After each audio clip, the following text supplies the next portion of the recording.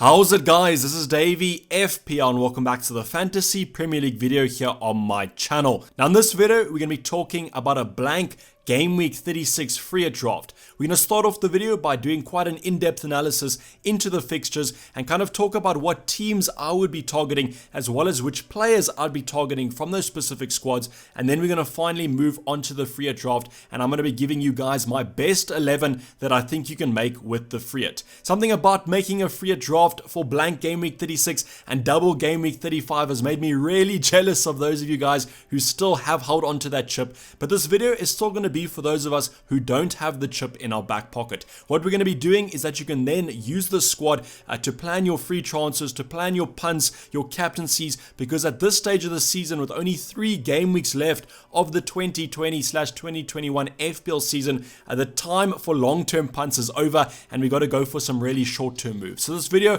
can be used for those of you guys who have the free hit as well as for those of you who don't. This game week is actually a really nice game week to use the free hit because blank Game Week 36 offers really good fixtures for teams that are actually quite differential. So you're not only going to get the free hit draft and the best players, but you're also going to get that differential aspect, which in my opinion is one of the best things to get when using a free hit. So my draft will kind of be a little bit more differential than maybe others, but you can still just chop and change it to go as conservative as you guys do like. But without further ado, let's get straight into the video. So as we always do on these free hit drafts, and as I always say, we're going to be going over the fixtures because that's the bread and butter of any FPL game week, and blank Game Week 36 is no exception. So what we'll be doing in this section is that I'll be running through each fixture and telling you guys which teams I'll be targeting and either the attack or the defense of that specific squad. As I usually have, I've highlighted the squads that I would be targeting with those green arrows. No irony there. Hopefully if you target these teams, you'll be getting green arrows,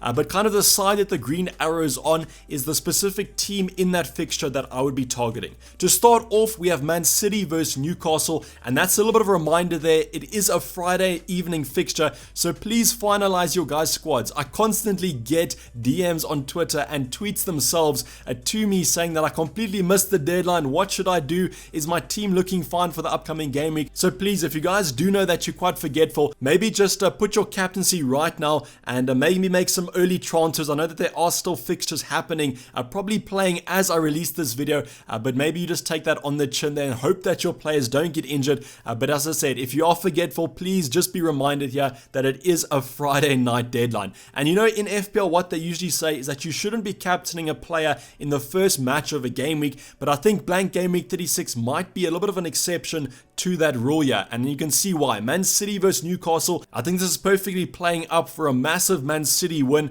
I don't know if you guys do remember, but in a past FPL season, Aguero actually scored, I think it was about 5 goals against Newcastle, so I can kind of expect another Man City option to probably get a couple. Now, I don't think Aguero is probably the best example for that because I don't necessarily think that he will start against Newcastle on Friday evening, but that's just kind of an example here to show you that Man City do have the potential for some massive hauls, and we definitely will be looking at a triple up if you are going to be using your free hit. If you are going to be using free transfers, I do think maybe a Man City attacker should be where it's at. I would probably look at the attack more than the defense. I do agree that the defense has a higher floor, but I think in terms of the high ceiling, it definitely lies on the attacking point of view. Also with that defense, it's been really hard to kind of predict Pep Guardiola's defensive lineup this FPL season. In terms of the lineup, I am actually expecting this to be quite a strong lineup. The main reason for that is that we don't have that many fixtures left of this season, and Man City do have that Chelsea fixture in the Champions League final coming up after this season. And if you guys did see on the weekend in double Game Week 35, the Man City squad was quite heavily rotated,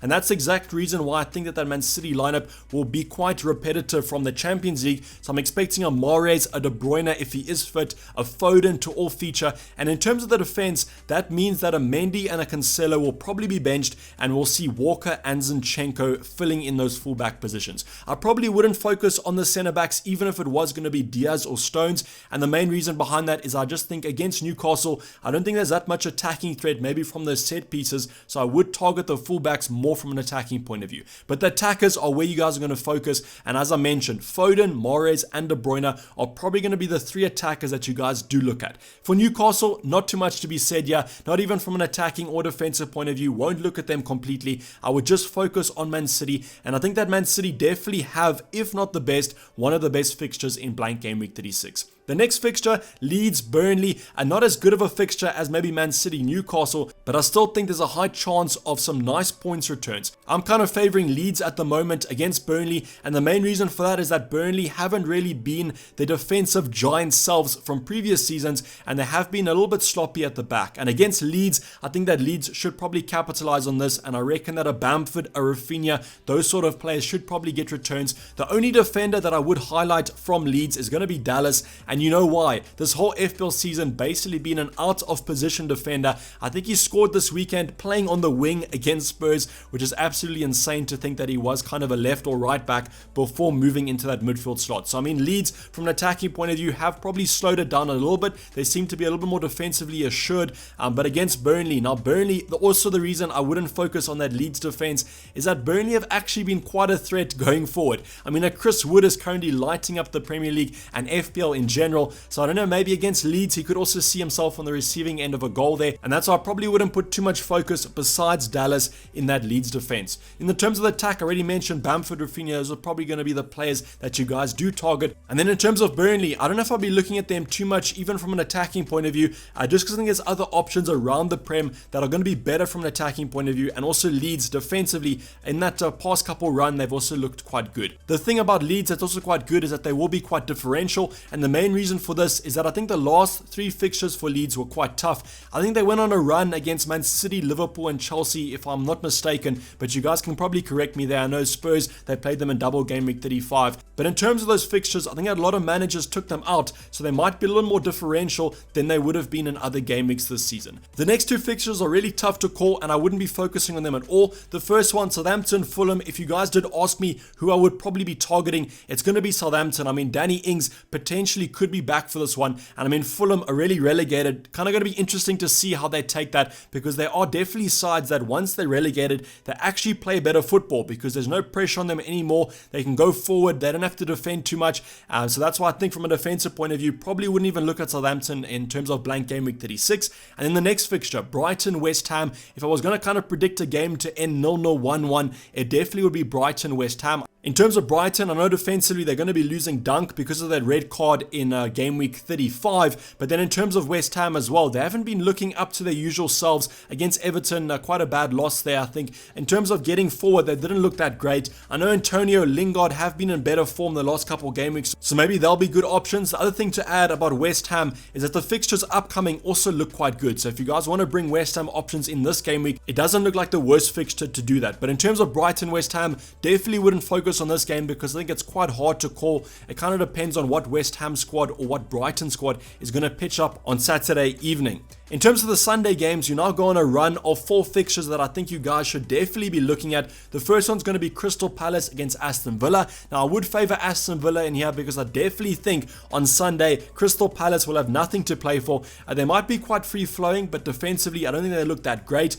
So I think also from an attacking point of view and a defensive point of view, I would target Aston Villa. So a player like a Martinez, I'd be confident starting him, and also a player like a Watkins. He could be someone that you look at from an attacking point of view. Now, you might be asking, but what about Watkins' red card? And I don't worry about that at all. He's simply just going to be missing the second fixture of double game week 35. So blank game week 36, he'll be raring to go and happily back in that starting 11. We also have the kind of rumor of a Jack Grealish potentially being back for this fixture, and I mean that only boosts Aston Villa's defense and attack in my opinion. The next fixture, Spurs, Wolves, kind of a no-brainer here. Wolves definitely haven't been playing up to the standard of previous Premier League seasons. And I mean Spurs, there's only probably one player that I would highlight here, and that's going to be Harry Kane. Harry Kane in the search of a golden boot is always a force to be reckoned with. I know you could probably say against Leeds he didn't really pitch up, but if you did watch the game, he managed to get a goal ruled out for offside when Abadi's toenail was offside in that play. So a little bit unlucky there maybe to not get a return, but I'm pretty sure he'll be quite passionate about winning that golden boot and try to extend the lead over these last couple games of the season. So I mean Spurs, probably from an attacking point of view more than a defensive point of view, but I think that you should definitely be looking at least one Spurs option, and that player is probably going to be Harry Kane. Now the next fixture, West Brom, Liverpool. Now while this game could look quite good from a Liverpool point of view, I want to kind of highlight that Liverpool are definitely not going to be differential. A lot of managers managed to double up, triple up for this upcoming double game week 35, so everyone's basically going to own Salah, Jota, and probably Trent Alexander-Arnold. So I would probably go a little bit more differential there, I would look at someone like maybe a Sadio Mane. I do think that Jota will be benched against West Bromwich Albion, so I think that Klopp will go for that usual front three of Bobby Firmino, Mo Salah, and then also Sadio Mane. So in terms of differential, definitely not going to be that aspect, but I do think you guys still could look at Liverpool assets because there could be quite a couple holes in there. In terms of the attack, would focus on them, but in terms of the defense, it's a little bit tough to go for a Liverpool defender because Matías Pereira is on the other side of the pitch there for West Brom, and I mean, he's been on such great form. Liverpool generally struggle with these tricky kind of players, so I definitely think he could get an attacking return in this fixture. And I mean, with Kabak out injured, we don't know when he's going to be coming back, whether they play Fabinho or Williams in that centre-back slot. Those players aren't the quickest with their feet, so I think the skilled players of West Brom are probably going to favour their chances in this one, and they're probably going to play quite a counter-attacking style, which Liverpool have been quite susceptible to this season. The final game is probably going to rival Man City versus Newcastle as the best fixture of blank game week 36, and that's going to be Everton versus Sheffield United. Lucas Digne, DCL, these players will be definite locks and mainstays in my free hit sides, and for those free transfers, I definitely will be targeting Everton assets as well. I mean, Sheffield United can't really buy a goal at the moment. I know those are probably famous last words, and I probably just jinxed it right now, but I think that an Everton clean sheet is basically guaranteed in this one, so you guys have to kind of depend on if you're going to double up in that defense or double up in that attack. I think that both options should have a good chance of getting returns,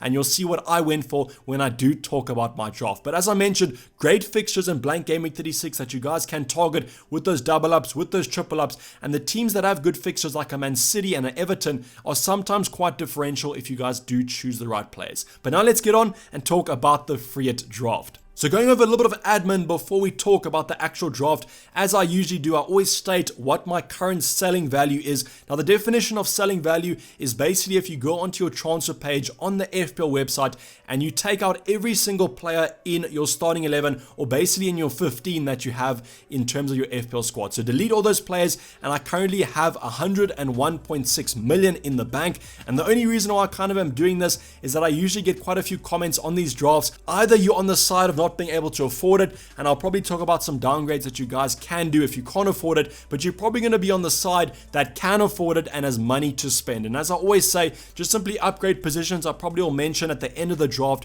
what positions you guys can upgrade, and why I'm saying most of you probably will be able to afford this is that my selling value / team value this season hasn't been too great. But with that being said, let's get on to the draft. So this is the current free hit draft that I would go for. It's actually quite an easy game week to go for a free hit because there's a lot of options to go for. There's a lot of variants, a lot of differentials that you guys can put in, but this is simply the starting 11 that I would go for. I'm going to be going over every position, so maybe just skip ahead if you guys want me to talk about a certain player, and I'll also offer some variants that you guys could maybe look at in terms of the position. So starting off in goal, we've got McGill as just kind of a budget enabler here, 3.9, won't play. I've gone for Pickford as well. Just maybe make sure that Pickford should start. I think that he should. I just remember this season that there has been some rotation with that Everton goalkeeper position, but because Everton are playing quite well recently, I think that Pickford should be fine there. And as you can see, I've doubled up on that Everton defense against Sheffield United.